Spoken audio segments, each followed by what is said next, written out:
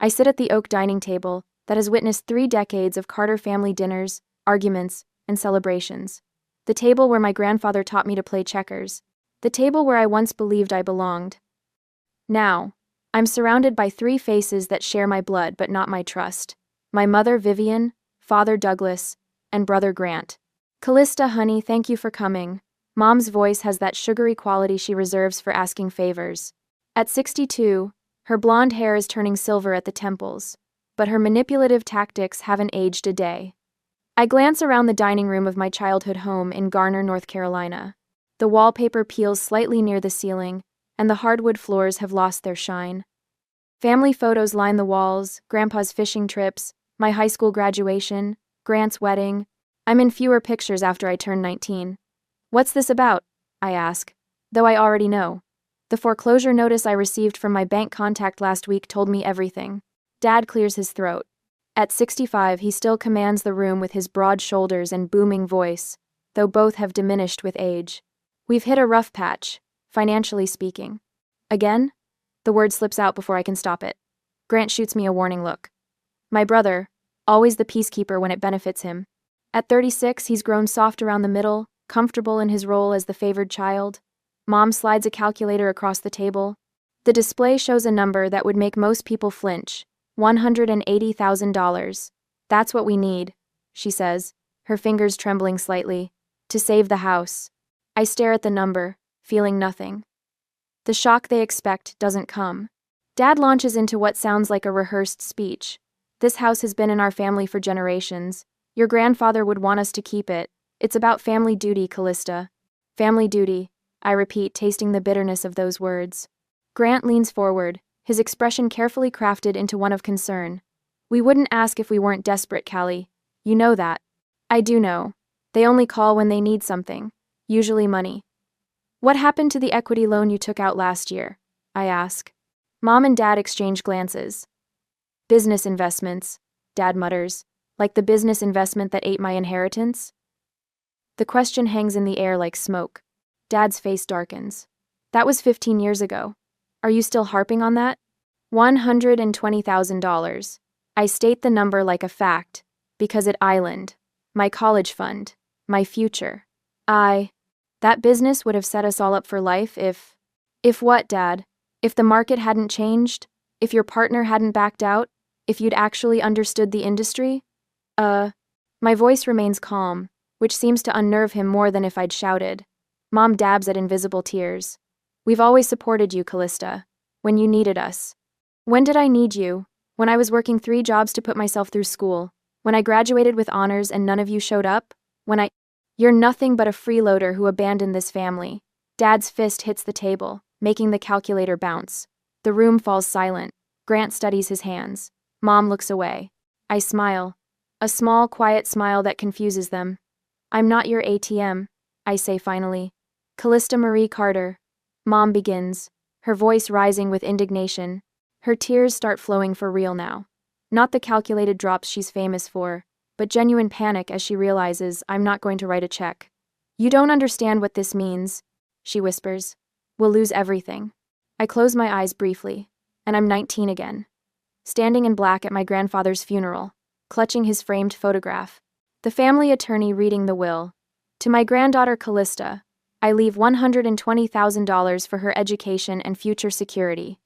My plans had been set: technical university, computer science degree, a future built on brains instead of beauty, in a town that valued the latter over the former. But that night, Dad had sat me down in this very room. The family business is struggling, just a temporary setback, if we had capital to invest.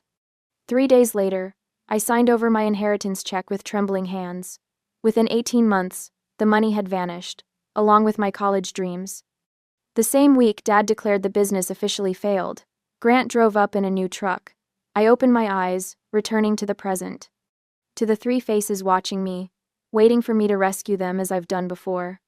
I stand up slowly, feeling a strange power in being the tallest person in the room for once.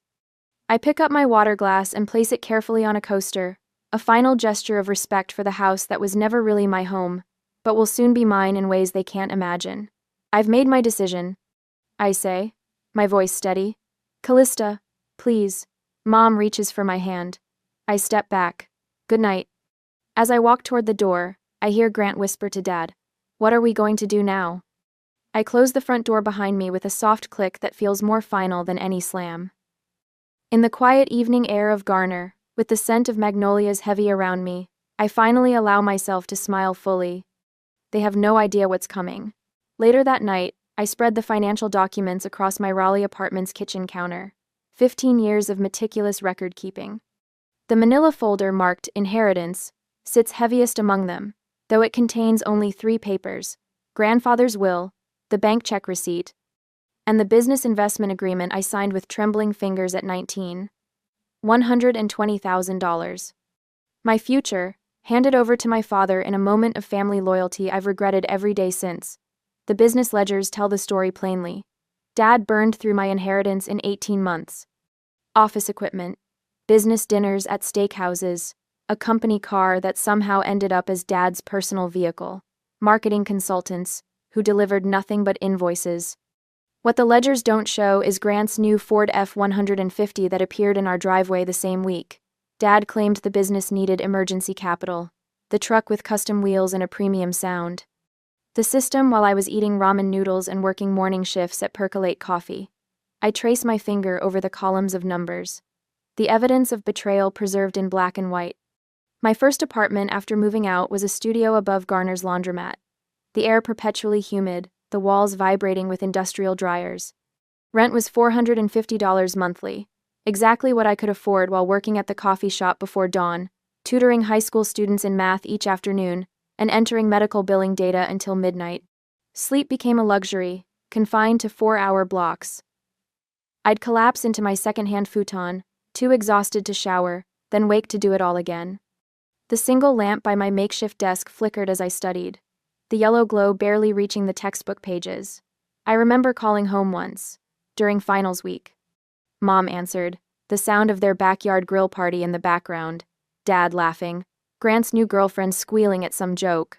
"We're celebrating your father's new business contact," Mom explained, her voice distant. "Is everything okay? Do you need something?" I'd needed sleep, support, recognition that while they barbecued, I was drowning. "No," I'd answered. "I'm fine." I wasn't fine. I was becoming someone harder, someone who understood family loyalty ran in one direction in the Carter household. Dad the dreamer, the visionary, the man whose charm convinced a 19-year-old to hand over her future. His charisma had always been his deadliest weapon. Eyes sparkling with the next big opportunity, voice dropping to a conspiratorial whisper when discussing our family business. Always ours when he needed money.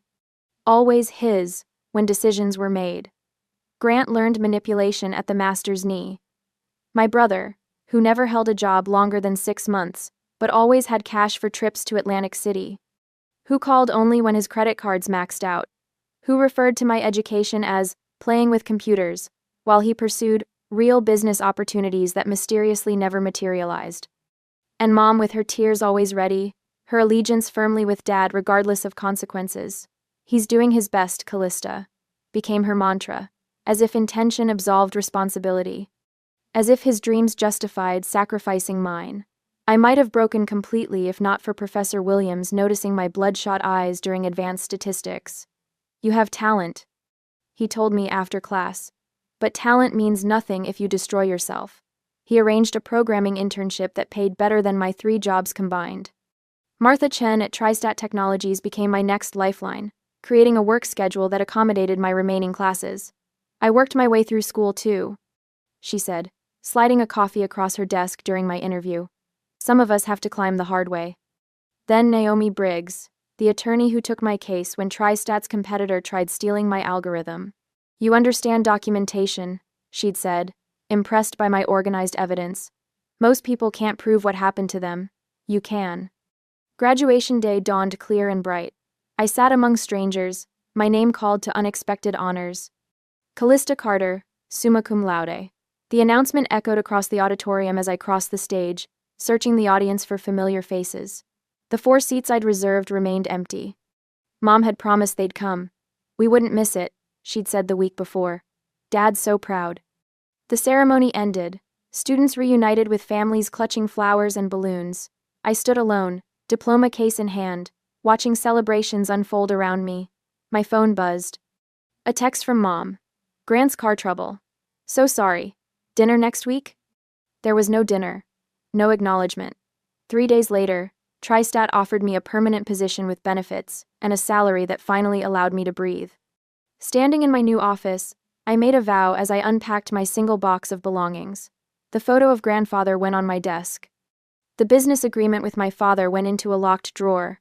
I will never be vulnerable to them again, I whispered to the empty room. Not financially, not emotionally, not ever. I didn't know then that 15 years later, I'd be planning to take the very house where they'd betrayed me. But I knew something had changed. I was no longer the daughter who could be sacrificed for their comfort. I was becoming the woman who would eventually hold the deed to their future. 2 days later, the window of my corner office frames the Raleigh skyline like a postcard. Not the largest office at Meridian Data Systems, but mine through merit, not manipulation. 6 years of climbing from junior analyst to department head, each promotion earned through competence rather than connections. I straightened the framed certificate on my wall. Employee of the Year, 2 years running. The brass plate catches morning light, reflecting onto my organized desk where I review quarterly projections. Numbers that make sense. Numbers that don't disappear into family emergencies. Your 10 o'clock is here, says Maya, my assistant, poking her head through the doorway. I nod, closing the investment portfolio I've been reviewing during my morning coffee. Nothing extravagant. Conservative index funds, a modest IRA, and the emergency fund that took 3 years to build. Financial stability feels like oxygen after nearly drowning. The morning passes in productive meetings and problem solving. At lunch, I decline joining colleagues at the trendy bistro across the street, preferring the quiet of my office to review my savings spreadsheet. The numbers tell a story of recovery slow, methodical, and completely under my control. My phone buzzes at 2:17 p.m. Mother. I let it go to voicemail, as I've done for months. But something about the timing feels deliberate, calculated. When the notification appears, I press play despite my better judgment. Callista, honey. Her voice wavers between theatrical and genuine distress. Your father, his heart. The doctor says the stress is making everything worse. A practiced pause. The bank called again about the house. We're behind $280,000 now with all the fees. If only we had more support. The familiar weight of obligation presses against my ribcage. I delete the message, but the numbers stick. $280,000. Almost exactly the combined value of my investment portfolio and emergency fund. That evening, I pull county records while sitting at my kitchen table. The search reveals the truth behind my mother's carefully scripted message. 5 equity loans. 3 refinances. A decade of treating their home, my grandfather's home, like an ATM. Computer or tablet tonight? Mrs. Abernathy asks from across the hall as I collect my mail. The retired librarian tracks my evening routine with neighborly precision. Research, I answer, unlocking my door. Family matters. Inside, I dial a number I've kept for situations exactly like this. Briggs Legal Services, answers a brisk voice. Naomi, it's Callista Carter. I need your counsel. Not time. The following Wednesday, I sit across from Naomi in her downtown office. Floor-to-ceiling windows offer a view of the courthouse where, 15 years ago, she represented a distant cousin in a property dispute. Her card has remained in my wallet ever since. The situation is straightforward. Naomi says, tapping her tablet. Your family home enters foreclosure proceedings next month. The bank will auction it unless the outstanding balance is paid. And if someone purchases it at auction? I ask, although I already know the answer. Your parents would face eviction within 30 days. The leather chair creaks as I shift my weight. Outside, clouds gather over the city. What if I wanted to buy it? Naomi removes her glasses. That's an interesting approach. May I ask why? The question demands honesty I rarely give voice to. That house holds the only good memories I have left. My grandfather built the study with his own hands. He taught me to play chess in that room, to value strategy over emotion. I meet her gaze directly. I won't let them gamble it away completely. She nods, understanding the unspoken history between us. We can arrange a private purchase before the auction. Your identity would remain confidential until closing. They'd never sell to me directly. They won't have a choice if the bank forces the sale. She reopens her tablet. Let's discuss your finances. 2 days later, I sit across from Thomas Wilson at Triangle Mortgage Associates. The broker reviews my credit score, income statements, and bank balances with professional detachment. You qualify for the full amount, plus 25% down payment, he confirms, sliding the pre-approval letter across his desk. The interest rate is competitive given current market conditions. I sign my name on multiple documents, my hand steady despite the magnitude of what I'm setting in motion. The pen feels weightier than usual, each signature another step toward reclaiming what was stolen from me, not just money, but dignity. Congratulations, Thomas says. You're on your way to becoming a homeowner. The words sound foreign, almost comical. I've walked through that house 1,000 times, memorized every creaking floorboard, and yet never truly belonged there. Naomi calls the following week while I'm reviewing data models at work. Everything's proceeding as planned. The bank accepted our offer. We close in 20 days. That evening, my phone explodes with notifications. A video has gone viral in our extended family and local community circles. Mother, eyes carefully reddened, recounts how her ungrateful daughter has abandoned the family in their time of need. After everything we sacrificed for her education, she sobs to the camera. The irony burns like acid in my throat. Comments flood in beneath the video. What kind of daughter leaves her parents homeless? Family should come first. Must be nice to be so selfish. The calls begin an hour later. Aunt Patricia, who attended exactly 0 of my college graduation ceremonies. Pastor Wilson, who never questioned why I suddenly couldn't afford youth group trips. Mrs. Kelly from down the street, who watched me leave for my night job while my brother drove past in his new truck. I silence my phone and open my laptop instead. The mortgage documents await my electronic signature. 20% of my life savings transfers from my account with a single click. The remainder will move at closing. For 2 weeks, I maintain absolute silence while the social pressure builds. Former classmates send messages asking if I'm really that cold. Distant relatives remind me of blood obligations. My brother's wife posts thinly veiled comments about family. Traitors. Through it all, I continue signing documents, transferring funds, and preparing for what comes next. The day before closing, I request a personal day from work, my first in 18 months. I drive to a coffee shop 3 towns over, where no one knows my name or my family. I order a plain black coffee and open my laptop to the final document from Naomi. Upon completion of this transaction, ownership transfers to Callista Marie Carter. Outside, spring rain taps against the windows. Inside, my finger hovers over the touchpad. With a single click, the house that witnessed my greatest loss becomes mine. Not through manipulation or guilt, but through the same determined work ethic my grandfather tried to instill in all of us. Only one of us was listening. I close my laptop and sip my coffee, tasting something beyond the bitter brew. Justice, served piping hot after 15 years on ice. The next day, I sign my name with precise strokes across the final document in Naomi's sunlit office. Each letter feels like a declaration of independence. 15 years of patience crystallized into a single signature. Congratulations, Miss Carter.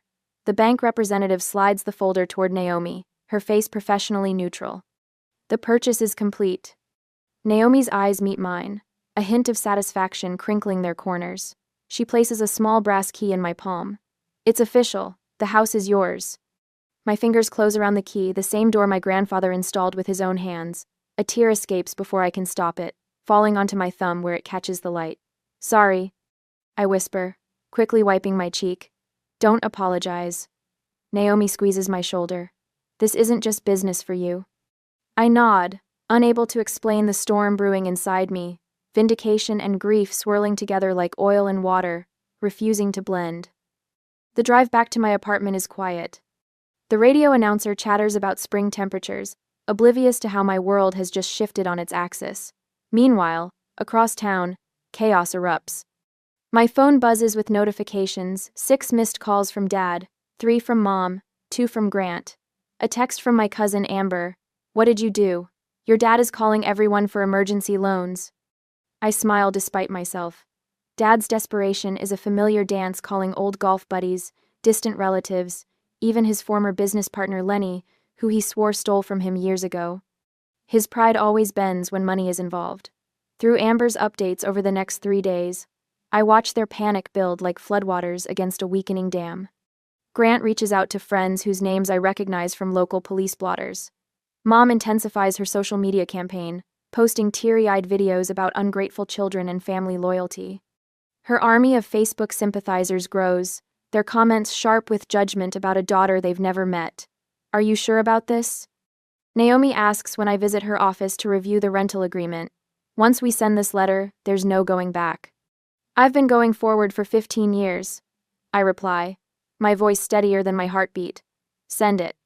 The letter arrives at my childhood home on a Tuesday morning. Amber calls me immediately, her voice hushed. I was dropping off some groceries for your mom when the certified mail came. And? My stomach tightens. They read it at the kitchen table. Your mom dropped into a chair like her legs gave out. Your dad's face went white, hospital white. And Grant.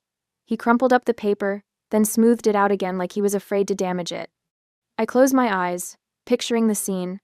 The oak table where so many verdicts had been passed against me, now witnessing their reckoning. Amber pauses. The letter said you're their landlord now? Is that true? Yes. Holy shit, Callie. Her voice holds something new: respect, maybe even awe. The following afternoon, I pull into the driveway of what is now legally my property. Naomi's car is already there, her professional presence a shield I'm grateful for. We arrange our documents on the dining room table rolls reversed from my last visit. They file in like reluctant students to detention.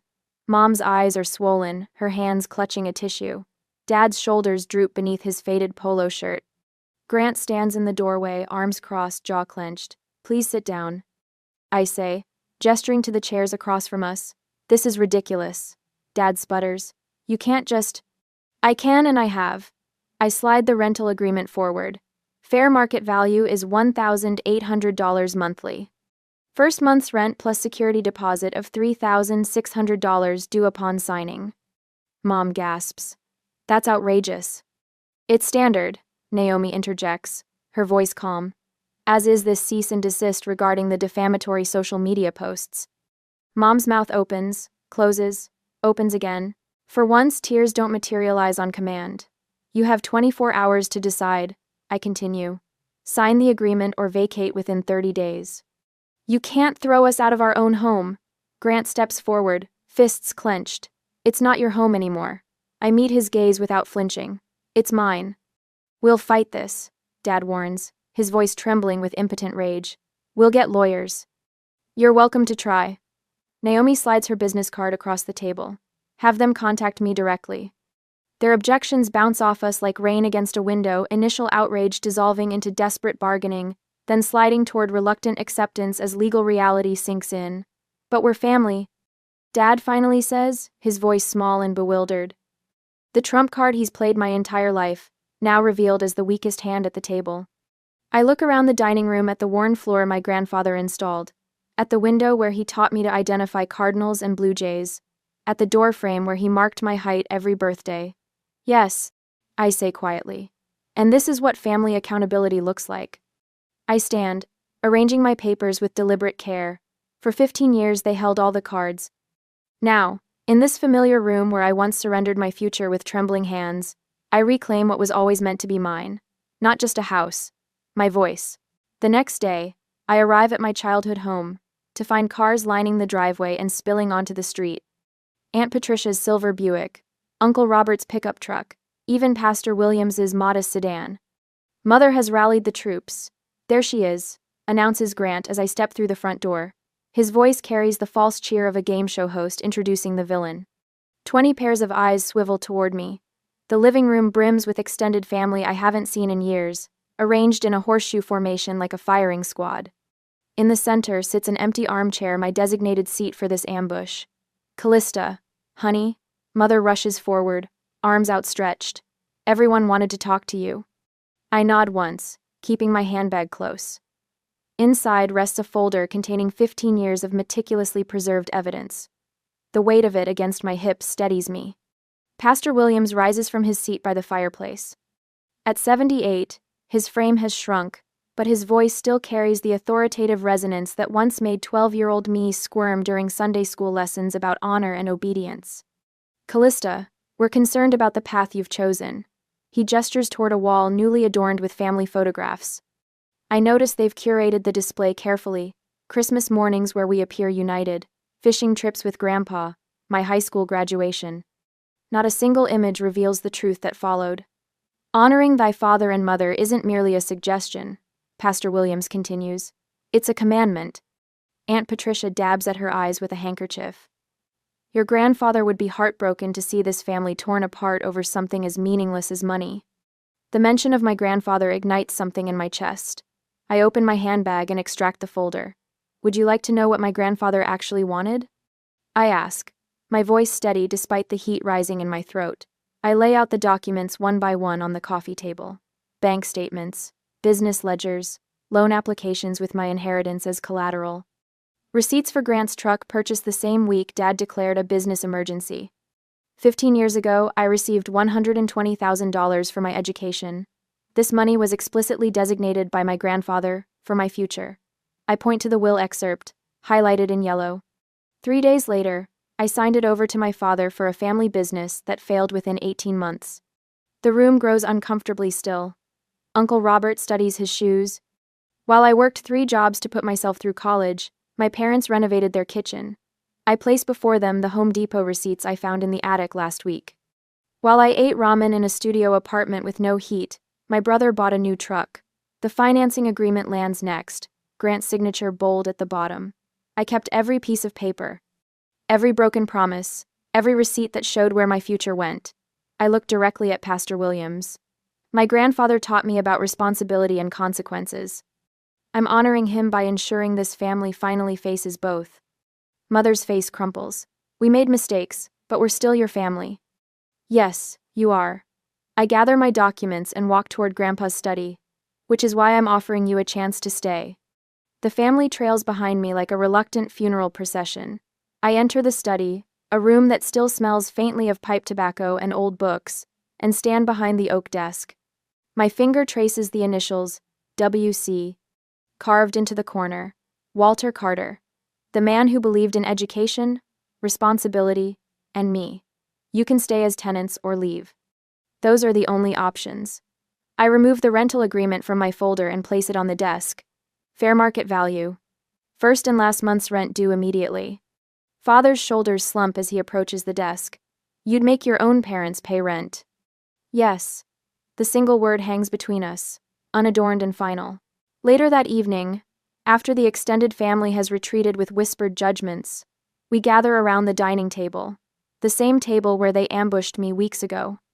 Naomi, my attorney, sits beside me, her presence a shield against old patterns. Father signs first, his pen hovering briefly before committing to the page. His signature looks smaller than I remember. Mother signs next, her hand trembling so violently the pen scratches across the paper. She won't meet my eyes. Grant's turn comes last. The pen creaks in his grip, his knuckles white with barely contained rage. He scrawls his name and shoves the document toward Naomi. "Rent is due on the 1st of each month." I say, standing to signal the end of our business. "Late payments incur a 10% penalty." As days pass, the true story spreads through Garner's social circles. Mother's carefully cultivated narrative of abandonment crumbles as friends learn about the inheritance, the 3 jobs, the graduation she didn't attend. "Mrs. Peterson from next door stops me as I inspect the exterior paint. "I always wondered why you left so suddenly," she says, her eyes wiser than I remembered. "Your grandfather would be proud of you standing on your own 2 feet." Father's business associates nod respectfully when I visit the hardware store, a silent acknowledgement that changes everything. The narrative has shifted from ungrateful daughter to something closer to the truth: a woman reclaiming her legacy from those who tried to steal it. On Sunday, I overheard someone in the grocery store whisper, "That's Callista Carter, the one who bought her family's house when they couldn't keep it." For the first time in 15 years, my name carries the weight of power instead of pity. The house is mine. The truth is known. And in Grandpa's study, surrounded by his books and the scent of his memory, I finally feel at home.